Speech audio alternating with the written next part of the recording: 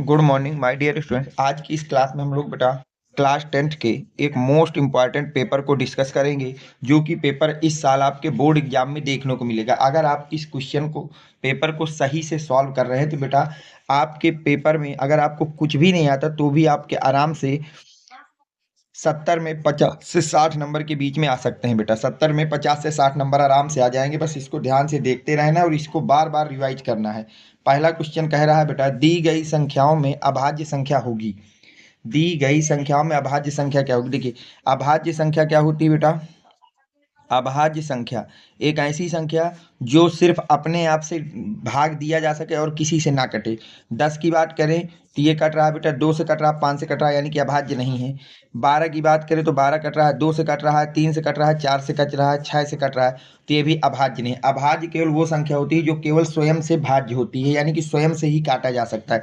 जैसे 13 की बात करें तो 13 को सिर्फ आप 13 से काट सकते हैं, जबकि अगर 9 की बात करें तो 9 को 3 से भी काट सकते हो और 9 से भी काट सकते हो। तो आपका ऑप्शन नंबर सी करेक्ट हो जाएगा। पहले का कौन सा ऑप्शन करेक्ट हो जाएगा बेटा? सी ऑप्शन करेक्ट हो जाएगा। नेक्स्ट क्वेश्चन नंबर सेकंड देखिए क्या कह रहा है। किसी परिमेय संख्या के समतुल्य परिमेय संख्याएं कितनी होती हैं? तो इसको लर्न रखना है बेटा, ये आपके लर्निंग सवाल है तो याद रखना अनंत होता है। ऑप्शन नंबर डी हो जाएगा। किसी परिमेय संख्या के समतुल्य परिमेय संख्याएं कितनी होती हैं बेटा? अनंत होती हैं। नेक्स्ट क्वेश्चन, बहुपद x square plus 7x plus 10 का शून्यक कितना होगा? पहली बात याद रखना बेटा, शून्यक जब कोई भी माइनस ना लगा हो, जब भी सवाल में कोई भी माइनस ना लगा हो तो जो शून्यक होंगे, जो क्या होंगे बेटा? शून्यक, वो ऋणात्मक होंगे। पहली बात, शून्यक को क्या होना पड़ेगा बेटा? ऋणात्मक होने पड़ेंगे। तो आपका बी ऑप्शन, सी ऑप्शन और डी ऑप्शन तो पहले से ही खत्म हो जाएगा, क्योंकि इनमें आपके धनात्मक मान दिए गए हैं। माइनस वाला केवल किसके पास है बेटा? ए के पास है, तो तीसरे का ए ऑप्शन करेक्ट हो जाएगा। अब अगर आपको डायरेक्ट नहीं देखना, चेक करना है, तो इसको रखिए, इसका मान रखने पर शून्य होना चाहिए, इसका मान रखने पर शून्य होना चाहिए। अगर शून्य हो जाएगा तो आपका वो शून्य है, तो ए नंबर हो जाएगा। अब हम बात करते हैं बेटा क्वेश्चन नंबर 4 की। क्वेश्चन नंबर 4 में बोला है कि समीकरण 3x प्लस 2y बराबर 6 तथा y बराबर 0 को हल करना है। तो y का मान जैसे ही तुमने यहाँ रखा तो बन जाएगा बेटा 3x प्लस 2 इंटू 0 बराबर 6। तो 3x बराबर आ जाएगा 6, x बराबर आपका आ जाएगा 2। x का मान कितना आ जाएगा? 2। अब एक मान तो ये आ गया x बराबर 2। यहाँ पे बोल रहा है हल होगा, तो हल हो गया बेटा आपका 2,0। कितना हो गया? 2,0। तो ऑप्शन नंबर ए, चौथे का ऑप्शन नंबर कौन सा करेक्ट हो जाएगा बेटा? ए नंबर आपका करेक्ट हो जाएगा। सेकंड में आइए, बिंदु 5,9 की y अक्ष से दूरी। तो देखिए, y अक्ष से दूरी निकालना होता है बेटा जब भी हमको, तो बिंदु दिया है 5,9, तो y अक्ष से अगर दूरी निकालना है तो आपको कुछ नहीं करना। जो आपका देखिए ये होता है, ये हो गया x और ये हो गया y, 0,y। तो जब भी आप दूरी निकालेंगे तो जो x का कोऑर्डिनेट हो उसका स्क्वायर, x का कोऑर्डिनेट ही आपका दूरी होगी। तो यहाँ पर x का कोऑर्डिनेट कितना है बेटा? 5 है, तो दूरी हो जाएगी 5 मात्रक। तो इसका ऑप्शन नंबर सी करेक्ट हो जाएगा। ऑप्शन नंबर कौन सा करेक्ट हो जाएगा बेटा? सी करेक्ट हो जाएगा। नेक्स्ट क्वेश्चन को देखते हैं। क्वेश्चन नंबर 6 क्या कह रहा है? देखिए, कह रहा है बेटा cos a इक्वल टू है बेटा √3/2। cos a √3/2 होता है। cos 30 की वैल्यू बेटा, cos से cos कट जाएगा, तो a इक्वल टू हो जाएगा 30 डिग्री। a इक्वल टू कितना आ जाएगा? 30 डिग्री। अब हमको वैल्यू निकालना है tan 2a की। tan 2a a की वैल्यू रख दो, तो tan 2 इंटू 30 तो ये हो जाएगा tan 60, और tan 60 की वैल्यू कितनी होती है बेटा? √3। तो ऑप्शन नंबर सी आपका करेक्ट हो जाएगा। नेक्स्ट क्वेश्चन बेटा, क्वेश्चन नंबर 7 की बात करते हैं। क्वेश्चन नंबर 7 कह रहा है समीकरण 3x square minus 2x plus 1/3 equal to 0 का विविधकर होगा। विविधकर क्या होता है? डी इक्वल टू होता है बेटा बी स्क्वायर माइनस का 4ac। तो अब देखिए, बी क्या होता है? x का कोऑर्डिनेट -2 का स्क्वायर -4, a कितना है? 3 है, और c कितना है बेटा? 1/3। 3 से 3 कट जाएगा तो हो जाएगा 4 - 4। तो d बराबर कितना आ गया? 0 आ गया। तो ऑप्शन नंबर डी आपका करेक्ट हो जाएगा, विविधकर हो गया। अब नेक्स्ट क्वेश्चन को पढ़िए बेटा, क्या कह रहा है।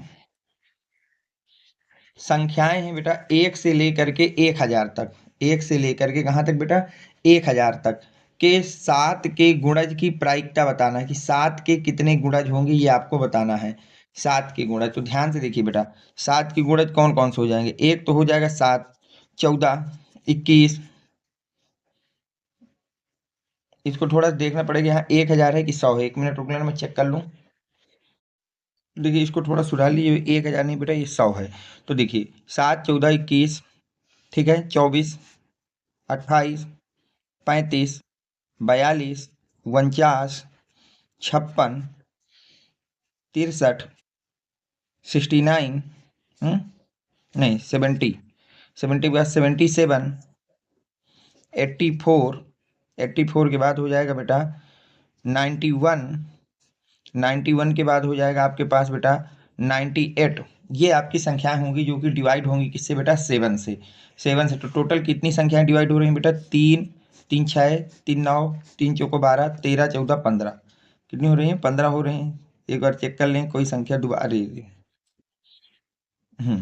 3 3 6 3 9 10 12 13 14 15। 7 के गुणज की प्रायिकता पूछी जा रही, 7 के गुणज की प्रायिकता।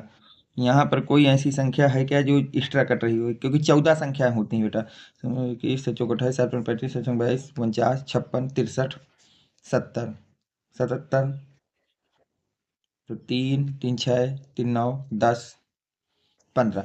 तो ठीक है, अब गुणज की प्रायिकता क्या हो जाएगी बेटा, प्रायिकता का सूत्र होता है फेवर वाले नंबर और टोटल नंबर। तो टोटल तो हमारे पास नंबर कितने हैं बेटा, 100, और फेवर कितने हैं, 15, तो 15/100। तो ऑप्शन नंबर आपका सी करेक्ट हो जाएगा। ऑप्शन नंबर कौन सा करेक्ट हो जाएगा बेटा, सी करेक्ट हो जाएगा। नेक्स्ट क्वेश्चन देखिए, क्वेश्चन नंबर 10 क्या कह रहा है, पढ़िए ध्यान से। क्वेश्चन नंबर कह रहा है बेटा, दो बिंदुओं के बीच की दूरी, दो बिंदुओं के बीच की दूरी गई है 2,3 और 4,1 के बीच की दूरी क्या होगी। तो देखिए 2,3 और दिया है बेटा 4,1, तो इसको मान लीजिए x1, इसको मान लीजिए y1, इसको मान लीजिए x2 और इसको मान लीजिए y2। अब हमको दूरी का सूत्र क्या होता है बेटा, दूरी का सूत्र होता है x1 माइनस x2 का whole square minus y1 minus y2 का होल स्क्वायर। अब वैल्यू रख दीजिए बेटा, x1 कितना है 2 है, माइनस x2 कितना है 4 है, का स्क्वायर माइनस प्लस लगेगा बीच में y1 कितना है बेटा 3, माइनस y2 कितना है 1 का स्क्वायर। तो हो जाएगा रूट के अंदर 4 में 2 को करोगे -2 का स्क्वायर प्लस 2 का स्क्वायर। तो यहाँ से जब इसको सॉल्व करोगे बेटा तो ये हो जाएगा रूट के अंदर 4 + 4 यानी कि √8, और √8 को लिख सकते हो 2√2। तो आपके पास दूरी कितनी आ गई बेटा 2√2, यानी कि ऑप्शन नंबर कौन सा, सी करेक्ट हो जाएगा। ऑप्शन कौन सा करेक्ट हो जाएगा बेटा, सी ऑप्शन आपका करेक्ट हो जाएगा। चलते हैं नेक्स्ट क्वेश्चन नंबर 10 पे कि क्वेश्चन नंबर 10 आपसे क्या कह रहा है। ध्यान समझते चलिए कि बेटा बहुत ही ज्यादा इंपॉर्टेंट सेट करा रहा हूं ये वाला। क्वेश्चन नंबर 10 कह रहा है बेटा 11, एक वृत्त का व्यास है 7 सेंटीमीटर, तो वृत्त का परिमाण क्या होगा। वृत्त का व्यास दिया गया है, वृत्त का परिमाण पूछा गया है। तो व्यास को हम किससे दिखाते हैं बेटा, डी से दिखाते हैं। तो डी दिया गया है 7 सेंटीमीटर। तो याद रखना बेटा परिमाण बराबर होता है बेटा पाई इंटू व्यास। क्या होता है बेटा, पाई इंटू व्यास। तो 7, वो पाई इंटू व्यास कितनी 7, तो 7 पाई सेंटीमीटर आ जाएगा। कितना आ जाएगा बेटा, 7 पाई सेंटीमीटर। ऑप्शन नंबर आपका बी करेक्ट हो जाएगा। नेक्स्ट क्वेश्चन, क्वेश्चन नंबर 12 क्या कह रहा है उसको देखिए। एक वृत्त को दो बिंदुओं पर परिच्छेद करने वाली रेखा होती है। तो एक वृत्त हो गया, इसके दो बिंदुओं पर परिच्छेद करने वाली जो रेखा होती है उसको हम क्या कहते हैं, ये पूछा जा रहा है। उसको हम लोग जीवा कहते हैं, स्पर्श रेखा कहते हैं, छेदक रेखा कहते हैं या व्यास कहते हैं। तो उसको हम लोग बेटा छेदक रेखा कहते हैं। तो ऑप्शन नंबर आपका सी करेक्ट हो जाएगा। क्वेश्चन नंबर 13 की बात करते हैं। क्वेश्चन नंबर 13 क्या कह रहे हैं, ध्यान से समझते चलिए, बहुत ही ज्यादा इंपॉर्टेंट पेपर है, ये कराया जा रहा है आपको बोर्ड के पॉइंट ऑफ व्यू से बेटा। अब देखिए अगला क्वेश्चन क्या कह रहा है। अगला क्वेश्चन कह रहा है बेटा, एक वृत्त पर एक बिंदु से कितनी स्पर्श रेखाएं खींची जा सकती हैं। तो ये एक वृत्त है, एक बिंदु से कितनी स्पर्श रेखाएं खींची जा सकती बेटा, 2, ज्यादा से ज्यादा कितनी, 2। तो ऑप्शन नंबर बी आपका करेक्ट हो जाएगा। क्वेश्चन नंबर 14, 9 सेक स्क्वायर ए माइनस 9 tan स्क्वायर ए बराबर है किसके। देखिए 9 कॉमन ले लीजिए सबसे पहले, तो अंदर बनेगा सेक स्क्वायर ए माइनस का tan स्क्वायर ए, ये चीज बन जाएगी बेटा। अब हमको ये पता है 9 सेक स्क्वायर ए। अब हम ये जानते हैं कि जो आपका सेक स्क्वायर ए होता है बेटा, ये किसके इक्वल होता है, 1 + tan स्क्वायर ए के इक्वल होता है। और माइनस का tan स्क्वायर ए, सेक स्क्वायर ए की वैल्यू रख दी 1 + tan, तो tan से tan कट जाएगा तो आएगा 1।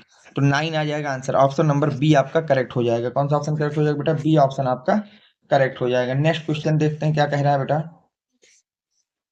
क्वेश्चन नंबर 15 की बात कर लेते हैं।